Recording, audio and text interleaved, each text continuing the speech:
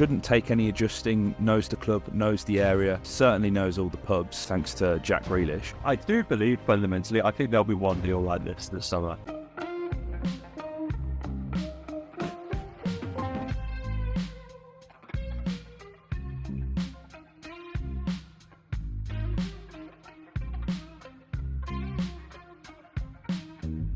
Hello and welcome back to the Villa Filler podcast. I'm here as always with my good friend Dan Wiseman. Dan, I mean, we're only mentioning it because we have to and because the season's ended, but Crystal Palace 5, Aston Villa 0.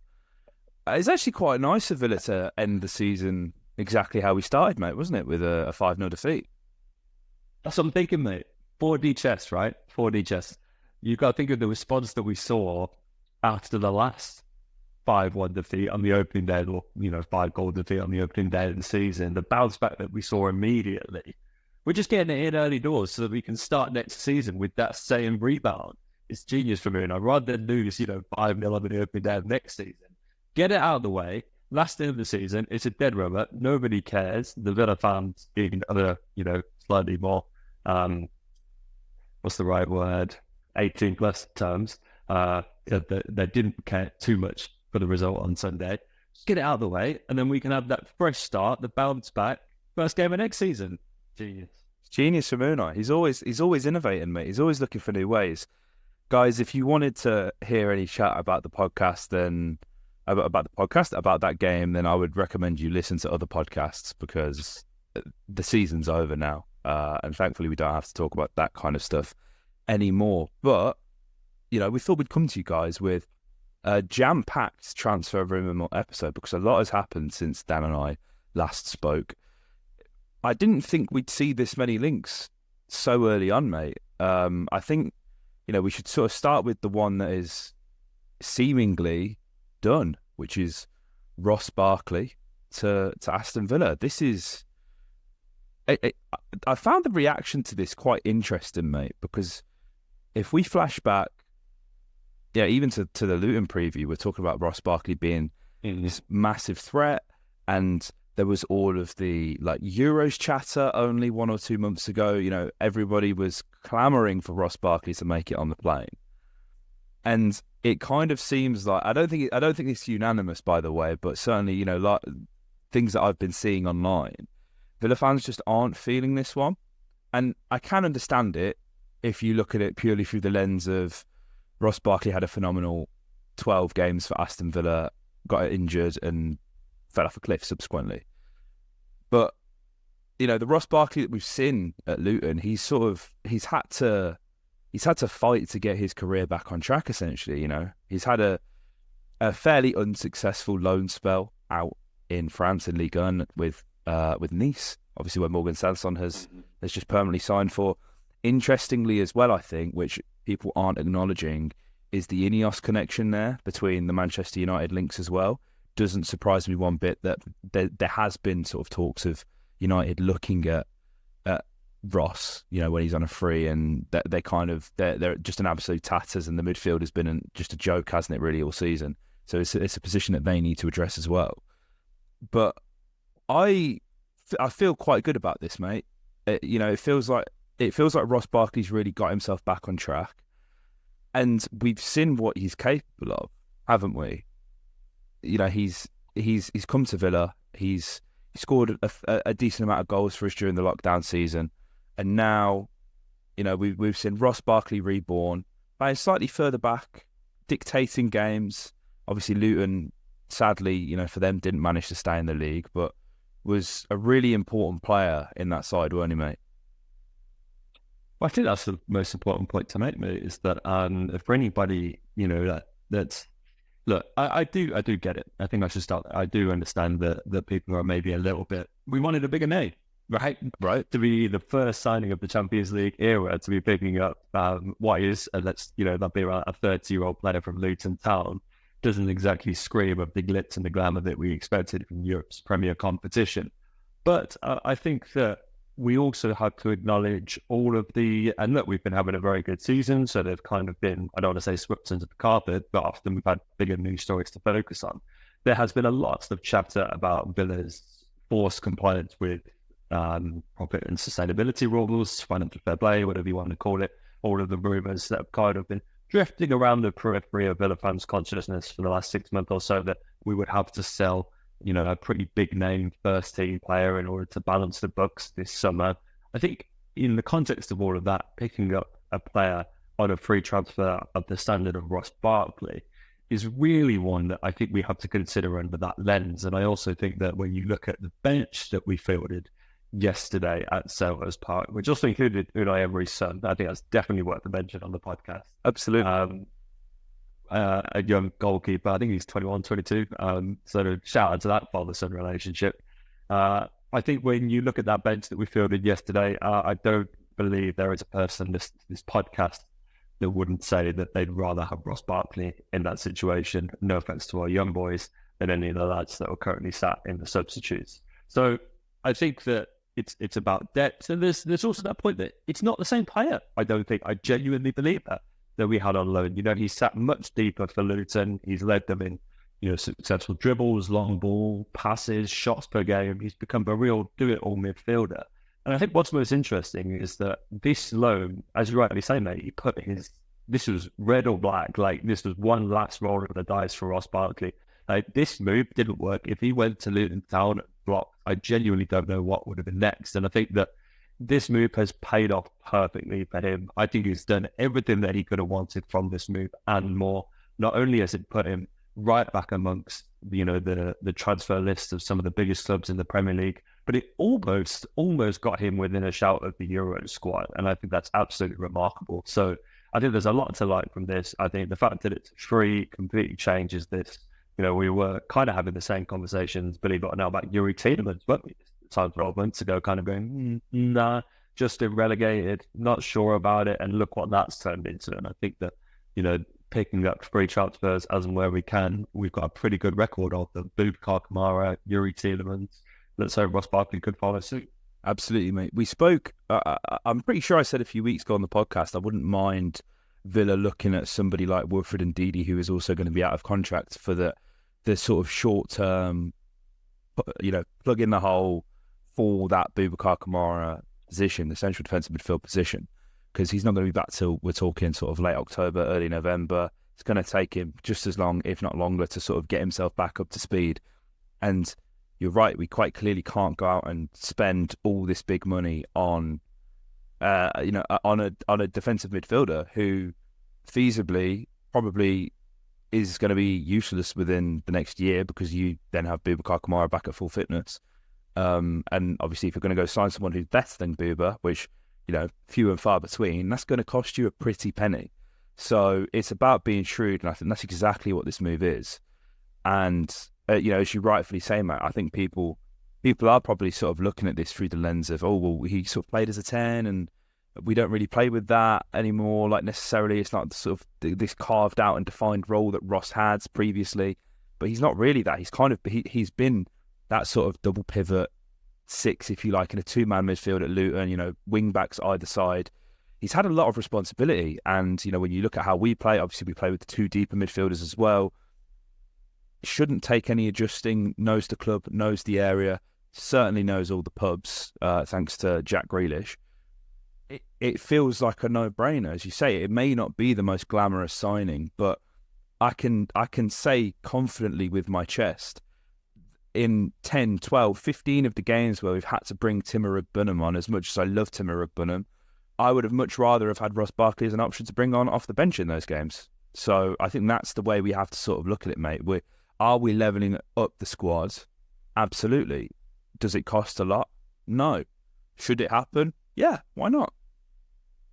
I like it, mate. I like it. I think the other thing is that in terms of like-for-like replacements in the midfield, you can bring out Douglas Luiz and put in Yuri Tielemans. You've kind of got him, John McGinn and Yuri, who can kind of, they're all different players, but they can kind of do similar things. And in Unai Emery's system, they've proven it to be interchangeable.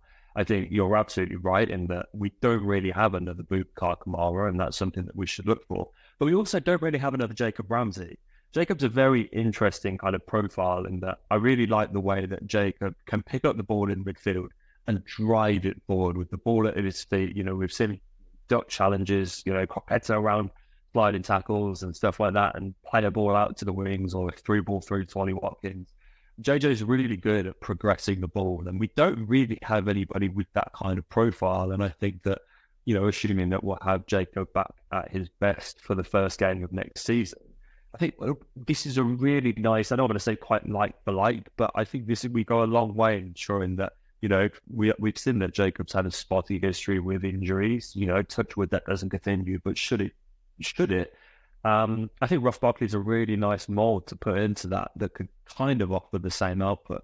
Absolutely, mate. Absolutely. A ball carrier is something that we need in the absence of a Jacob, in the absence of McGinn, who I actually saw today, I think it was Who Scored, had said that the player in the Premier League with the most successful dribbles throughout the entirety of the season was John McGinn, or he had the highest successful dribble completion rate, which is remarkable. What an accolade to have. Yeah. But I think it's quite interesting, mate, how, a few days before the Barkley news sort of broke, obviously I think it was reported by the Telegraph, and Matt Law, who I think it's important to preface, is actually a Villa fan as well. So, not that he would intentionally share false information or whatever. Obviously he's a phenomenal journalist, he really is. But I do find it quite interesting whenever he reports on the Villa, because I don't think a lot of people actually realise the connection that he has to the club and I guess the sort of role that he's fulfilling there.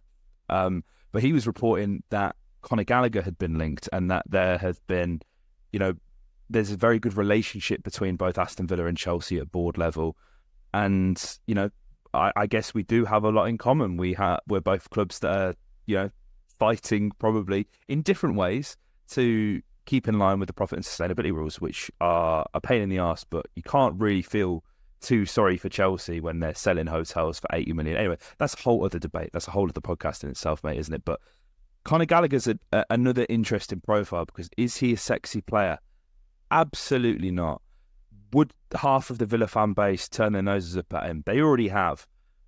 But it's running power.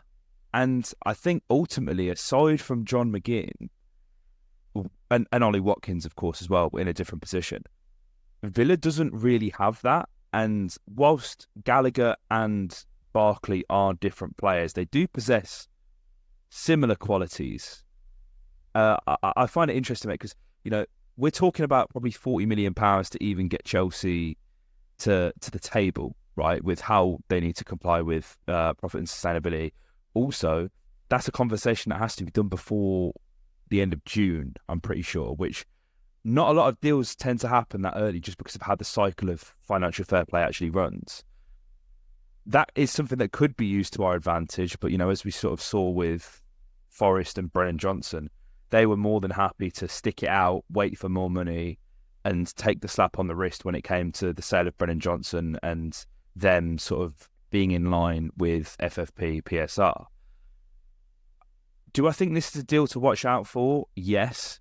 But I think when I sort of look at it through the perspective of Barkley coming in on a free, which looks extremely likely, where the state of play right now, I'm not sure both deals get done, and definitely not without a sale from Villa.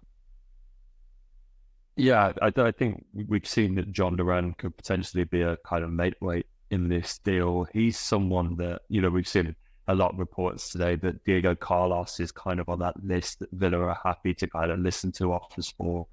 I think John Duran is probably on that list as well. I think, obviously his likes on Twitter went viral the other day, which were basically a feed of Chelsea-related content.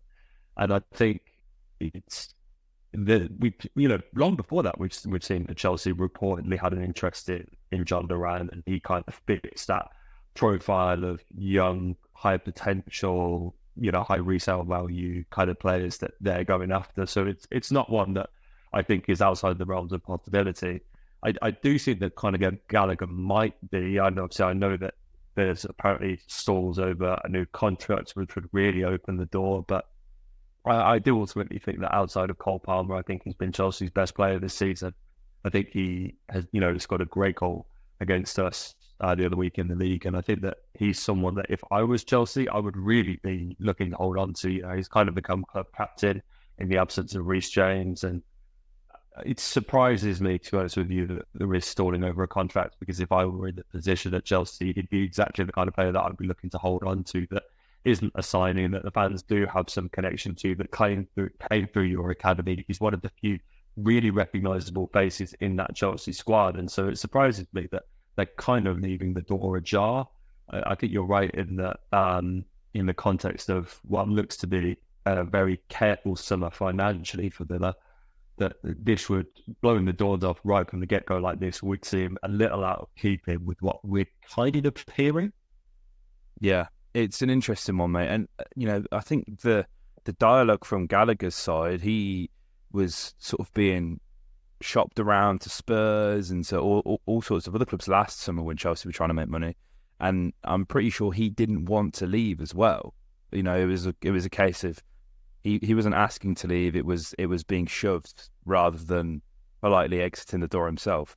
So it's going to be interesting to see what happens there. But I also think as well, like, as I said, he's not necessarily the sexiest player, but if you shaved his head, give him a skin fade, called him Conor Gallagher or whatever, then all of a sudden people would be all over him. They'd be foaming at the mouth for a player like him. I think it has to be said, he's a good player. He is a very good player. And I don't think he probably gets the credit that he necessarily deserves. But it's definitely not, as I say, it's not the most exciting. It's not the most sexy rumour, mate. But this one's blown our bloody socks off, mate, hasn't it? Ronald Araujo, Barcelona, according to Sport, massive outlet in Spain and continental Europe. There has to be, I mean, I know obviously with the Coutinho deal and all that was sort of done by Perslow and the old guard, but you would imagine that there are still perhaps strong relations between Villa and Barcelona, and Monchi will clearly know from his time in La Liga as well. This is crazy. Did we talk about Jules Koundé on the podcast, mate? Because that was like a bit of a flash in the pan one, wasn't it? Yeah. It wasn't around for the longest time. This is come from a far superior source in terms of credit and where that comes from. Do we have interest in Ronald Araujo? Who doesn't, right? One of the better centre halves in continental Europe. He's going to be going into a massive summer with Uruguay in the Copa America. Is this something that feasibly happens? Again, especially through the lens of PSR, FFP, all of that boring nonsense that obviously nobody wants to talk about when it comes to transfers and whatnot. How does this happen? Because this is like a 60, 70 million euro defender off the top of my head, mate. Araujo's phenomenal. Yeah, I think he's well within the realms of best centre-back in the world shouts. I really don't think that's an exaggeration. He's become an absolute stalwart of that Barcelona lane. And then we still the kind of the swirling kind of issues that they have with their own financial situations that have kind of been going on for a long time. He's only 25 years old. I mean, it almost feels like we don't have to. Every now and again, there's a rumour you and I discuss where I'm kind of sat here like, I don't really feel like I have too much detail on this guy. He is one of those guys, he's the third captain at Barcelona, as an absolute rock in that back line. He's basically everything that you could want from a modern centre half. What I like most about this rumour is that the way it was phrased in Diary of Sport was that we had warned Barca that we would come for Araujo if we secured a place in the Champions. I love that. Just that at some point, you imagine at the end of the negotiations, when they come along with, we've all stood up, shaken hands, gone, yeah, thank you, bro. No, honestly, guys, thank you. Oh, by the way, if we get Champions League, your best defender, he's ours. I just thought that was absolutely great. But that's a good point to make, right? That we have done, surprisingly, a lot of deals with Barcelona. I say a lot. In the context of Aston Villa, we've done a lot of business with Barcelona in the last few years in the Tottenham Longley and Felipe Coutinho deals. And so it's interesting that, Barcelona, apparently, there's a little bit of concern about the amount of players that they have that can play centre-half. They have Araujo, they have Inigo Martinez, they have Andreas Christensen, they have someone like Clement Longley potentially coming back on loan. There are a lot of guys that have come in and stepped up from the reserves, from the youth academy, like Pau Capasi, Hector Fort, have all played decent minutes this minute. And you imagine, given the kind of spirit of Barcelona, particularly someone like Pau Capasi will want a lot of minutes this season, which requires another shuffle in the back line. And so it's interesting that, with Eric Garcia potentially coming back on loan from Girona as well, they did that fold. There is certainly quite a hearty bank of centre-backs at that club. If I was Barcelona, the one name that I would be putting atop that list, not to sell, would be Ronald Araujo, which is where doubts do come into this slightly. But this is exciting to kind of completely flip what I spoke about at the start about Ross Barkley. When we announced Champions League football, when it became official, these are the names that we dreamed of being linked with, and it's taken us less than a day after the season's ended. Should say that there's no kind of mention of talks ongoing or anything like that, but just that we're sniffing around. Champions League football has unlocked the door for us potentially, that we've said for a while that we would be interested if we've got that, and here we are. It's crazy, mate, isn't it? Do you reckon they would be up for a swap deal? We're talking like Diego Carlos and like 20 mil. I don't know. Yeah, get us in the room, actually. Let's see. Let's test it. But he's capable of playing that sort of third centre back, right back role as well. It's mainly been Koundé that has occupied that position for Barca, but it's a position that Araujo is also familiar with as well. I think it's important to note, especially given how we play and stuff like that. It makes total sense. This is one of Europe's premier defenders, and if you don't know, get to know, because seeing this guy rock up at Villa Park, Champions League football, this would just be phenomenal. It would truly be amazing, mate, wouldn't it? It's the fact that we're talking about players this standard, this quality. It just goes to show you how important the Champions League is, mate, doesn't it? Oh, mate, you're absolutely right. And I do believe fundamentally, I think there'll be one deal like this summer. I don't think there'll be many. I don't think that, I actually, to be honest with you, I don't think there'll be a huge amount of business this summer. I think it is just adding a couple of pieces of squad of quality, a little bit of squad depth in places. I think that is really the goal of this summer. But I do fundamentally believe there will be at least one name that we bring in kind of this caliber. And so it'd be interesting to see. We've already kind of seen a few links to some players, some, as you say, that have lasted longer than others. It'd be interesting to see how long this one sticks around. Absolutely, mate. Absolutely. I've not been able to shake this off my mind since you mentioned Lander Emery's name earlier. Doesn't he sound like he'd be like a rebel in Star Wars? He also has that look as well. Do you know what I mean? Like, this is a guy who's fighting the Galactic Empire. This isn't Aston Villa's future goalkeeper. This is a Star Wars character. You're supposed to be in the depth of Holte. Get back there. What are you doing? What are you doing? It's, mate, I love it. It's really interesting. I didn't even know he was at the club. And I do this a lot. I was kind of in a Wikipedia rabbit hole going through Unai, and I spent a bit of Raul Unai on to check up how, Tommy O'Reilly, and went there in January, and we kind of had nothing off it, and I was going down those depths, and I found Unai's son, and then found out that he was in the under-21s, and I was like, oh, that's an interesting bit of piece of information, and then boom, next day, he's in the bloody squad. Nepotism you can get behind. Yeah. That's the thing is important to mention, man, just Araujo. Mario Hermoso as well is, Pichajes was saying today that one is getting closer again, kind of with Barkley and Gallagher. You imagine that's a bit of an either or, right? Yeah, you'd think so. Although, obviously, both occupy similar but also different positions at the side. One will play left back, the other potentially play right back, all that. But yeah, I think it's a tough one, isn't it? Because we've rotated centre halves too much this season, really, and then you got to look at that through the lens of, well, there's Tyrone Mings coming back. Do you know? It's ridiculous almost. Obviously, Longley will be departing. Doubt that's made permanent, especially with all these links.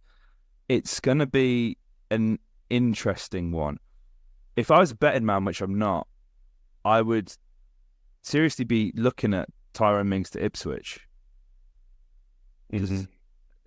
There's just something that's telling me that would be a fairly big signing for them. Obviously, he's been there before. I don't want Tyrone to leave at all. This isn't me wishing him to go, but something tells me that is something that could be on the cards. Well, if it's Tyrone Mings or Austin Trusty, I hope it's Austin Trusty. But I'd love Ty to stay. But that's not came from anywhere. I've been thinking about that ever since they came up. I thought that it makes a lot of sense, doesn't it, mate? Yeah, I think whatever happens, we want the best. I'm really intrigued to see what the kind of plan is for Tyrone. I think it's got to have been painful for him to sit out this season. And I really hope that the pecking order is quite quickly established. But yeah, it seems pretty concrete that we're in the market for a centre back, and I think you'd imagine it's potentially a 1-in 1-out situation with Diego Carlos. But again, that's where potentially, if you do bring in Mario Hermoso on a cut price deal on a free transfer, and you sell Diego Carlos for, I think it'd be less than what we signed him for. But that's a great way to potentially balance the books there.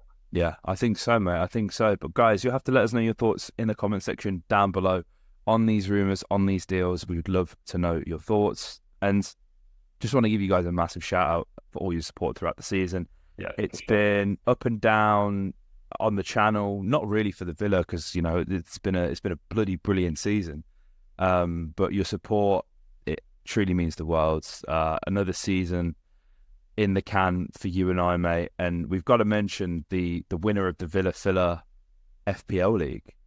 Yes, of course. Give a shout out to McGinn and Tonic, which I also think, funnily enough, is yours is Stranger Mings, isn't it? Yes, I know a few McGinn and Tonics though.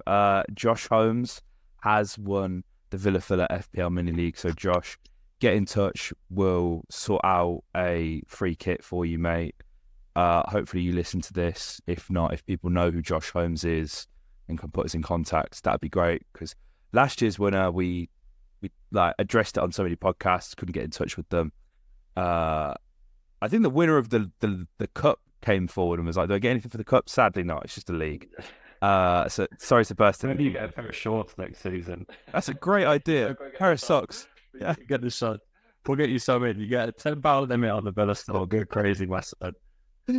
Oh man, absolutely. But yeah, guys, shout out. We'll obviously do that again next season. The mini league is slowly getting bigger and bigger each time, so it's good to see that. And yeah, if you enjoyed, hit a like, comment your thoughts below, and subscribe for more. Up the Villa.